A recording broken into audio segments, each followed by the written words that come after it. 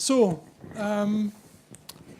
we just had 2 days of very interesting and intense discussions with, I would say, friends of the global panel on agriculture and food system for nutrition. This session of 2 days is ending a week long of nearly daily interventions, communications, exercise where we've been interacting with you, both in the premises of the Parliament and also in the premises of the Commission. Thanks notably to the active also contribution of some CSOs and also of UN organizations. Today we are receiving in Brussels a new beast, I would say, for our folks that we never met before. And they are going first to introduce what they've been doing and also what they've been discussing. So, but before introducing the work of the panel, I will ask to the colleagues and friends to introduce themselves. Jeff. Okay. Hello, good evening. My name is Jeff Faga. I'm the, oops, move that down a bit. I am the technical advisor to the global panel. My day job is to run the London International Development Centre at the University of London. And my role in the global panel is to help run its secretariat. Good evening. My name is Emmy Simmons. I am a member of the, how do I do this to make it less feedback? I don't know, down. I'm a member of the global panel. I'm delighted to be on the panel because it spans so many organizations and so many years of experience. My history is that of being a staffer at the U.S. Agency for International Development. I retired from that organization in 2005. But since then, I don't know how to do this. But since then, I've been working with a number of organizations, the CGIAR, a number of other research centers, the Partnership to Cut Hunger and Poverty in Africa, the National Academies of Sciences Roundtable on Science and Technology for Sustainability. So I have kind of a typical lifestyle of a retired professional. And again, as I said, it's my pleasure to serve on this panel and to sort of bring together some of the experience gained in those many organizations over the years. I'm Jean Karuku. I'm Jean Karuku. I'm a private sector practitioner. I've been in private sector for the last 20-odd years and recently went into development.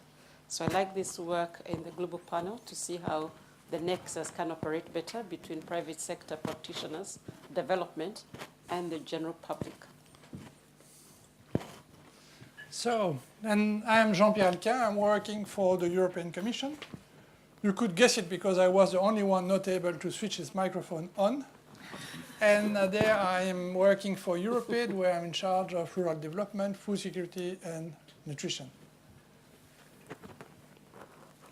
Jeff. Right. Well, I've been asked to introduce just a bit about what the global panel is before my colleagues tell you what it does. So in 2013, in June, in London, an event called Nutrition for Growth was held, organized by the UK government, by the Department for International Development there, and a number of other organizations, to bring together commitment about addressing the global nutrition crisis. And governments and donors gathered there and made a number of rather important commitments, some of which were made by the European Union. One of them, which DIF had made, was to establish a panel of experts who would help to accelerate the important job of convincing the agricultural community on this planet that they have a key role to play in improving nutrition and reducing malnutrition in all of its forms, undernutrition as well as that associated with obesity and non-communicable diseases. The idea was to set up a panel of experts who could help influence particularly the agricultural community and the community involved in food systems to better understand the opportunities they had to change policies in a way that would be nutrition sensitive and nutrition enhancing. So the panel was set up as a result of that event. It was formed in 2013. A secretariat for it was set up in London.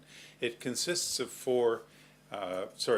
12 experts associated with leading organizations. You've got pictures of them. Two of them you've just been introduced to.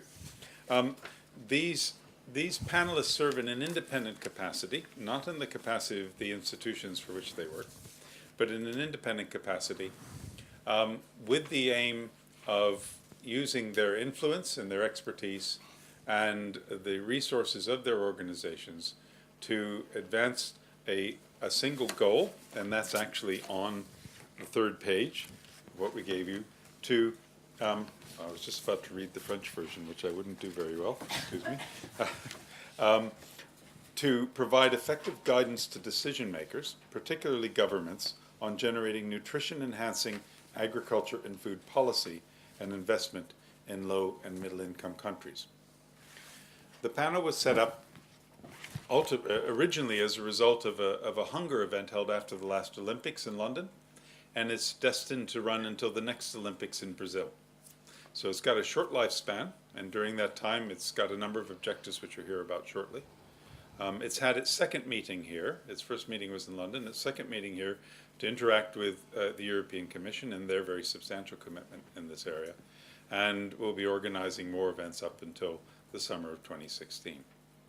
So with that said, I think I'll hand over to my colleagues who say more about what the panel is doing. Okay, so thank you, Jeff. So like Jeff has said, this panel was established last 2013 after the Hunger Summit in London, and governments committed to reduce the number of starving children by 20 million and pledged $4 billion towards this towards these efforts, making a particular commitment to work in agriculture to achieve these aims. So the objectives of the global panel are three.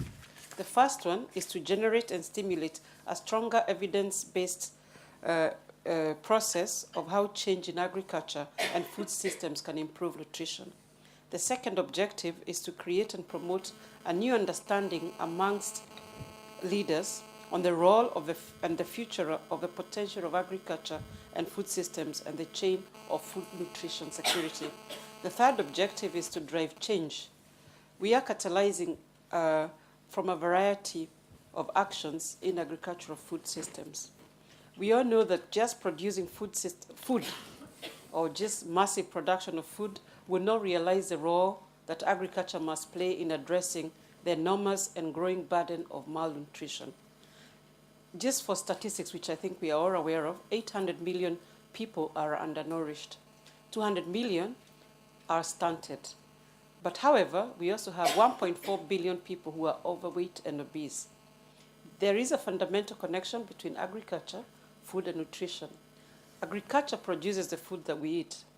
It is delivered to consumers through a complex and various network of producers, processors, merchants, and consumers of food systems. These food systems may have short value chains, as in rural communities who grow their own foods, or could be very long, especially in serving the urban consumers. So nutrition, though, is not just about feeding people. It's about ensuring people are getting the right amount of the right kinds of nutrients. If diets have too few nutrients, we'll have problems. Individuals need sufficient quantity and quality of food to develop healthily and to assist in their fight against disease and other problems. So stunting, for example, results from lack of quantity and quality of the food, especially over the first 1,000 days of life, and affects about 25% of children worldwide. We know that these kids do not consume enough nutrients. We therefore need to diversify not just staples for good nutrition and development, but also we could look at where there is micronutrient deficiencies and deal with it, especially iron and iodine, or many others across the value chains. And the people who are involved in this decision do not necessarily know what they need to do, i.e. the policymakers in governments, farmers themselves, and sometimes even the mothers. So we will try and address that as well. Over 2 billion people worldwide suffer from these debilitating deficiencies and associated diseases, and often without knowing. And I think IFPRI have addressed this issue, or they've given us this information through their Global Hunger Report. Overconsumption of the wrong kinds of foods is also a major contributor of overweight, obesity, and associated non-communicable diseases like heart diseases, diabetes, and some cancers. So we know that this is no longer food just associated to the rich or the elderly. We're also observing it in developing countries where we are having both challenges of undernutrition and overnutrition. So over 25% of the deaths from non-communicable diseases occurs before the age of 60. And 80% of these suffering or dying from these diseases today live in low and middle income countries. It's no longer affecting only the rich countries. In summary, malnutrition, whether it results from lack of nutrients, overconsumption of calories, or generally poor diet, prevents people from thriving. And without a healthy population, we know nations cannot reach their full potential. This is in particular a challenge in Africa today. So biofortification is one of the elements that we will be looking for as a panel, and that's what we are discussing in great detail. We see also a range of interventions and opportunities across the food systems, right from production across the whole chain to the consumer. And we need to better integrate our actions across the chain and across agriculture and health. So we are entering the second year as a panel, and Jeff has outlined the ambitious agenda that we have in front of us, and we'll continue to synthesize information, strengthen our understanding in terms of the opportunities that exist, and work to catalyze these opportunities across the food chains. We're also looking to produce a quite range of materials this year to help support outreach and engagement with policymakers and others who can influence change, including those in the research community whose work is key in informing policy change. We also see synergies between the Global Panel's objectives and the work of EC, the work the EC has undertaken around agriculture and nutrition. And after our discussions this week, it seems that there are going to be some areas that we can collaborate, and we'll be talking about this in the coming months. I'll now stop there and hand over to my colleague, Emmy. And I will pick it up by sort of tagging on to the point that Jane made with regard to value chain. Because we're finding that this panel is called the Global Panel on Agriculture, Food Systems, and Nutrition. And what we have found in our early discussions is that agriculture does not directly link to nutrition. Just production of more food, for example, does not result in better nutrition. So we've taken a closer look at what kind of panel advice might be useful in terms of drawing attention to the attention of decision makers to that crucial middle part, food systems. And what we're looking at is public policies and public investments that actually affect the food environment, the food system, in a positive way and make it more nutrition friendly. Jane has already mentioned ag production, and that still is an important part of the food system. A producer has to get up and go to the field every day if there's going to be a crop, no question about that. And public policies and public investments in research, extension, education remain critical to making sure that producers can actually respond to the supply challenges that they face. Biofortification, as Jane mentioned, is one of the specific kinds of interventions and policy approaches that governments have taken, particularly under the program Harvest Plus, to in fact improve the nutrient quality of food that producers grow. On the other hand, we are also seeing a much broader awareness, for example, among the international agriculture research centers, of the importance of selecting for micronutrients, not just fortifying, but just simply selecting better iron content, better protein content, better zinc content, partly just as a way of increasing, in general, the nutrient quality of food that producers produce. But I really want to focus on that part of the food system which runs from the farm gate to the consumer, because this is the part, the middle, that often gets a bad reputation. In fact, there's a pretty negative image of middlemen. I'm sure many of you have heard what we need to do to really improve this system is to get rid of the middlemen. And they're seen as, maybe middle women too, but seen as a drag on the system. I think, however, as we begin to look at how agriculture and food systems translate into a good food environment and good nutrition, we have to recognize the important roles that the middlemen and middlewomen play. Storing food, transporting it, processing it, putting it through wholesale markets, running retail markets, getting it out to the consumer wherever they live. We're seeing an increasing interest in sort of developing the sophistication and the complexity of food systems as private sector players in that food system, and they are largely private sector players, respond to population growth. They respond to the growth of the middle class, which wants higher quality food, more novelty foods, and to the real big challenge of urbanization. As particularly in Africa, we're seeing unprecedented rates of growth in urban areas. So it's important to remember that the middlemen not only sort of add costs between the producer and the consumer, but they also add value. In many cases, they reduce the cost, and they increase the affordability of food by the time it reaches the consumer because they store it. They use chillers. They transport it quickly if they have that possibility. They manage supply in a way that reduces loss. They pull together and aggregate production from many farmers, many producers around an area. They transport it and then, using wholesale markets, get it back out into the retail market. They also produce, and we're seeing this particularly with the growth of the middle class, producing products that appeal. New products I always use in talks I give in the United States, Nando's chicken. It's a chain of chicken shops which has really exploded in Africa. We now have 2 in Washington, D.C., just so you know. But in fact, those kinds of products are available. They're fresh, they're quick, they provide a novel taste to folks who otherwise wouldn't have a chance to eat chicken, for example. It's also important to remember that middle people, the middle of the market, produces jobs, because in fact all of these processes that are involved result in the creation of jobs. They require people, they require drivers, they require factory workers, they require people to manage markets, they require market information, they require market analysis, they require food technology.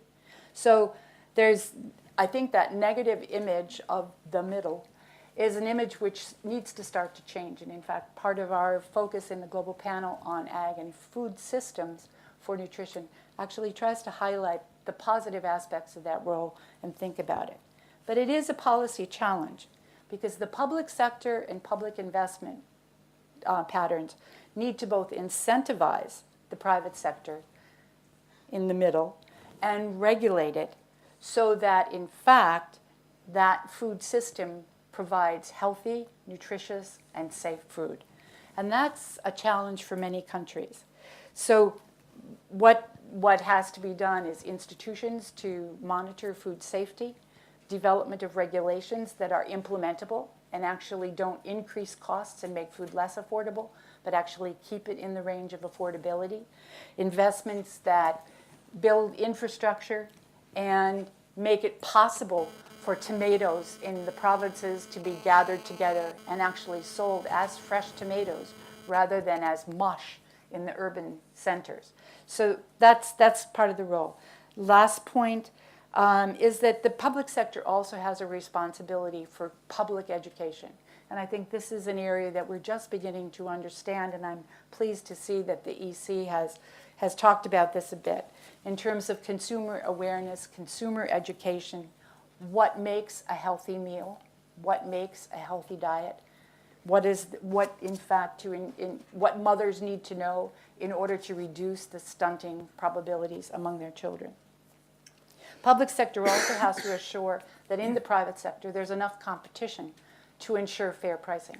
Where there's a monopoly, that's not likely to happen. Public sector also needs to provide information to producers.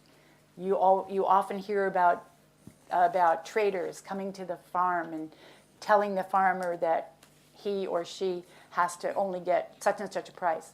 Nowadays in Kenya, I know Jane knows more about this than I do, text messages on the phone allow a farmer to know exactly what the price is in Nairobi when that trader comes to the farm.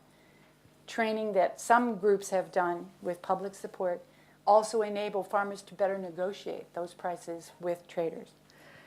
A last point I think that we need to underscore is that of food safety. I think as food systems become more complex, as they stretch across borders, as they stretch across nations with a huge amount of international trade, the question of monitoring food safety and ensuring that the food supply that's available to consumers is safe for them to consume and will actually build their nutrition is an important sort of public responsibility and one that we're taking a look at. But it's all about making that food environment a healthy, competitive, fairly priced, affordable food environment for consumers. So I think that may be one of the areas in which the Global Panel is somewhat unique. We've begun to work with others who are working on consumer-facing policies, consumer-facing institutions. And we found that this is a space that's not well occupied, and hope you all can join us. Thank you. Thank you very much.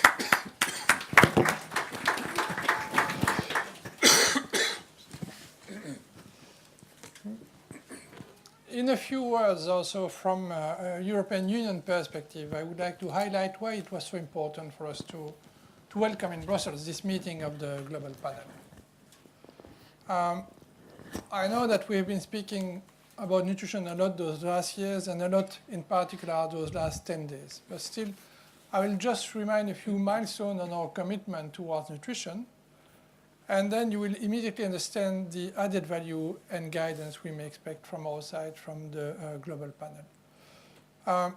The first major milestone taken by the European Commission was to really work with other development stakeholders to identify that one of the biggest issues on nutrition was the lack of governance, inappropriate understanding, and call for the creation of something totally innovative, which is the scaling of nutrition movement. And I'm very proud that this is one colleague who wrote the memo, which was handed over to Ban Ki-moon, who decided to launch the scaling of nutrition movement. That's a small contribution with big effect, and we are proud of it. Quickly afterward, there was what was called the Hunger Summit, called by Prime Minister Cameron at the end of the Olympics, where he decided that he had to draw also attention to this issue of undernutrition with a specific focus on stunting.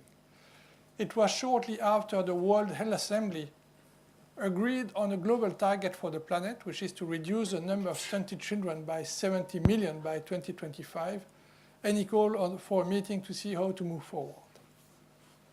And there, Commissioner Peebles, who was really totally committed on nutrition, is still, but it is really the last moment of his mandate, decided to do something which is totally unique for the European Union, which was to take a commitment on impact for the next 10 years, 10 plus years. He said the assistance provided by the European Union will contribute to reduce the number of stunted children by 7 million by 2025. This is extremely important, first because it gives us a direction with a very powerful alignment role. Second, it is also a communication about the importance he gives to nutrition whenever he's engaging with partner countries on what should matter whenever we discuss about development. His view on that is very simple, is that stunting is one of the most extreme forms of vulnerability of poverty, and a stunted child is in the worst possible situation because he's not in a position to react. And we know that also his future may be hampered by situation for his entire life. So it was really rooted in his commitment of leaving no one behind. But he maintained the commitment, and 1 year later, well, first thing we had to prepare a communication, which is a policy framework for the European Union, which was adopted during the Irish presidency, and you know that the Irish commitment on hunger is very strong, so they made very sure that we would have a very strong Council conclusion. And afterward, we came to the UK-led Nutrition for Growth event, which Jeff already referred to, where the EU pledged 3.5 billion, which is an enormous amount of money. And there, I must say that we need to also to pay tribute not only to the Commissioner, but also to the budget authorities, to the MEP, so the members of the Parliament, who decided that while they were slashing public expenditure in Europe, notably for social protection, notably the cohesion fund, notably the CAP, notably for fisheries, they decided still to maintain and even increase the money dedicated, the resource dedicated to external assistance. And this is really showcasing the value they were giving to the word solidarity. But it is also putting on our shoulder extra responsibility, because at a time where money is very scarce, we are facing an intense economic crisis in Europe. It is not improving. We know that we need to use those financial resources in the most efficient way. This is 2013, June 2013, and since then we have been working on an action plan on how to best implement this pledge. What is very important is that at the same time, the EU, which has been a traditional major actor in the fields of food security and agriculture, and notably with by far the most important pledge at the L'Aquila Summit, decided to stay in that field because we are pursuing 4 priorities. One being nutrition, the second one being enhancing the resilience of the countries which are exposed to risk, and one of the most important risks being the climate risk, but also with all the economic risks which are coming along. We remember that in 2008, the food crisis was not the result of extreme weather in developing countries, it was the result of price hike. The third is to make sure that whenever we are promoting agriculture, it is done in a sustainable way, meaning that we take care of the ecosystem, we maintain the capacity for the generation to come. And the last one is that we make sure that we use the potential for agriculture to generate growth and jobs, and this is so important for developing countries. So we are pursuing those 4 avenues, and one of the challenges we are facing is that agriculture is not automatically contributing to reduce undernutrition. We need more guidance. The European Union needs more guidance. Partner countries need more guidance. They need also to be sensitized, and this is why the discussion we've had with the panel is so important.